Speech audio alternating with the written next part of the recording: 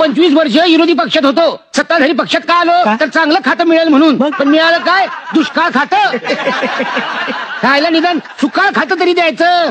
सुकाळ खातं? अहो म्हणजे महसूल खातं, नगर विकास खातं, हे खातं ते खातं, ज्या खात्यात खाता येतं ते खातं.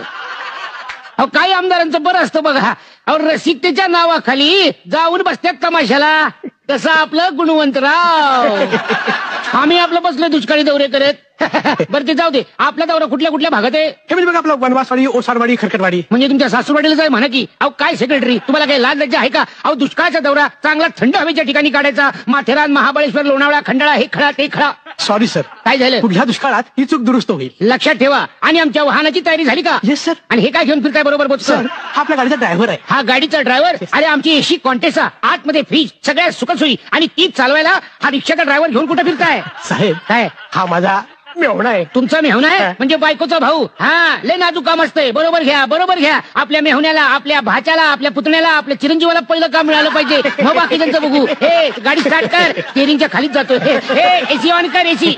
शाबास. हा कसा अगदी लोणावळ्याला असल्यासारखं वाटतंय. वा हा हा. काय झालं बॉम्बलायला? हो साहेब, आपल्या गाडीचा लाल दिवा फुटला. लाल दिवा फुटला? मला वाटलंच होतं. तुम्ही कसं अहो ओळखलं? नक्कीच विरोधी पक्षाचं काम. पण तुम्ही कसं ओळखलं? अहो गेली 25 वर्ष मी विरोधी पक्षात होतो का नाही, तेव्हा मीच लाल दिवा फोडायचो. अहो लाल दिवा फोडण्यापलीकडे दुसरा विरोध केलाच नाही आम्ही.